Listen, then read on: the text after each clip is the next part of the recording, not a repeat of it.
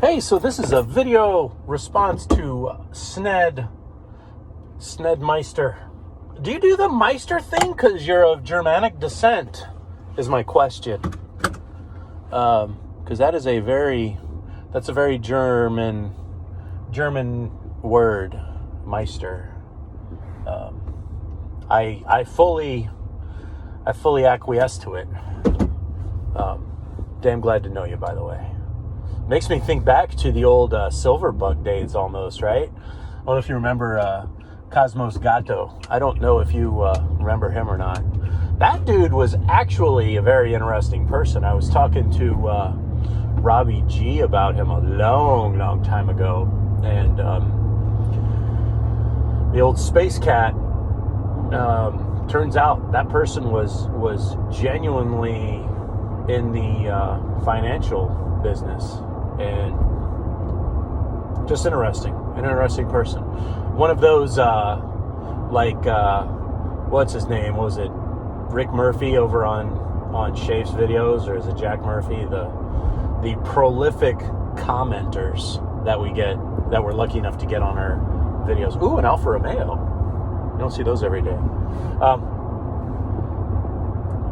What's interesting about prolific commenters is what Mr. Beast said about him is that he doesn't feel that good power commenters are rewarded enough with regard to YouTube. He was comparing it to how YouTube's comment section is very poor, and it would make more sense and be healthier if YouTube's comment section were a lot more like Reddit. And there's really no reason why it shouldn't be. Like, could you imagine a Reddit style link for our comments up to and including direct messaging? That'd be wonderful. And I can't imagine they're saving that much bandwidth by removing that. But who is to say? I heard a compelling argument. I can't remember what it was, but it was compelling as to why they got rid of the direct video replies. I think getting rid of the direct video replies was to encourage asshole content creators to not have to worry about anything but themselves. But I digress. You see that? That's how you digress, people. 2.5 minutes of your life just leading to a digression. The What Snedmeister is reading part 4 as to the sickness hitting Great Britain with the workers. What we call it over here is you've heard of the Great Recession, the Great Depression. Yeah, they refer to it over here as the Great Resignation. The number of people that have quiet quitted their different jobs, workers not applying for different jobs. And I really dug the article that you mentioned there. I want to read it again. It seemed like you read quite a bit of it. I didn't get a chance to look at it too good. What was interesting about it from the beginning was how the author compared it to, well, they're not having this problem in France or Spain. They didn't bother to mention that we are having this problem in the United States. And I believe that there's a huge element of the English spirit that fundamentally remains in the United States from its inception. I really believe that. Like, if you take the 23andMe and go across the board, you're going to find a lot of English. And at the risk of offending anybody, a lot of Irish and a lot of Welsh and a lot of Scottish. Is it Welsh? Welsh. But there's an element of grit, I believe, that, say, base English and American industry needed, that is no longer going to be fulfilled. That I believe the same grit in industry may not exist in France and Spain. Because, if I can pick on the French for a little bit, what's really made in France? Cheese? Fine wine? Art? I don't know. With all due respect. So it's an interesting scenario. I like what the article says about occupational therapists. It made me think, though, of this one preacher man. He was a retired preacher man, a Protestant man of the cloth. And in his retirement, he converted his ministry over to outreach to the homeless. And he would literally work people's cases. And not far from where I am, there's a substantial homeless shelter that has some pretty decent criteria, like institutional wise, to get people back on their feet.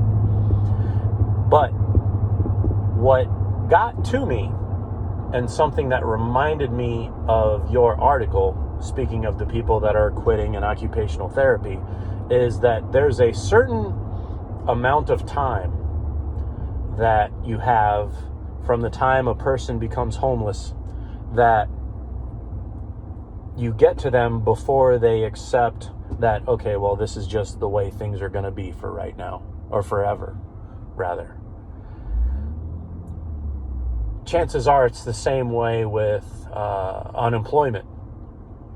If you take, I'll use my own experience, for example. When I was 15 years old, 14 years old, 13 years old, I began working in the summertime. I would do lot clearing, bush hogging, things like that. Later on in the summer times, started working with construction. Then in the summertime in between my college years, I was working in local truck deliveries, doing furniture delivery. And when I dropped out of college,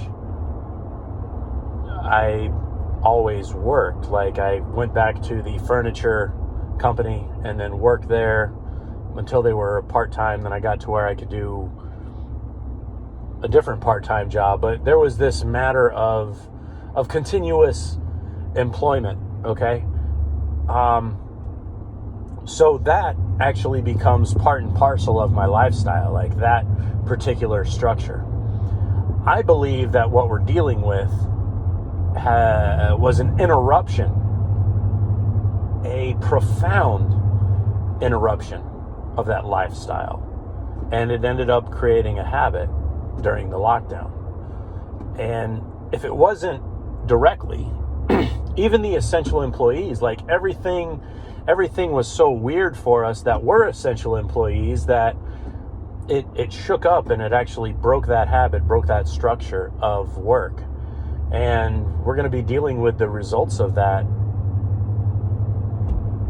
I can't even imagine how much longer. I think it's indefinite how much longer. That is assuming that there's nothing nefarious behind it, and it isn't part of some weird, strange global reset. But I would say, I like what the article says about occupational therapists, and I would hope that the ones that are being trained up now are on the level, have the understanding of, okay, this is what we need to do, here's the understanding you need to have, and to incorporate them even in the private sector. I think that's a good thing, because people are so in their own heads right now, and you deal with this being triggered is so important these days, that when a person's triggered, it's like, oh golly, and then another person gets triggered, then another person gets triggered, and then the whole place goes to hell. And I don't think the avoidance isn't to just say, well, you're not allowed to do things that trigger somebody else. No. I think an occupational therapist can step in and say, okay, what are we really looking at right now? Are you triggered at Mike because you didn't have the parts that you needed to complete this project. Well, yes, of course. He knows that I need these parts and da-da-da-da-da. Well, did you realize that Mike had this, and this going on? I don't care, blah, blah, blah, blah, blah. Well, if you don't care if Mike has those things, then how could you expect extra care to go on? Then you could get to maybe the core of it, in that in the end, you felt that the reason why you didn't get the things that you needed to complete your task was because you weren't loved. But we aren't there to be loved, We're there to transact the needs of our customers, And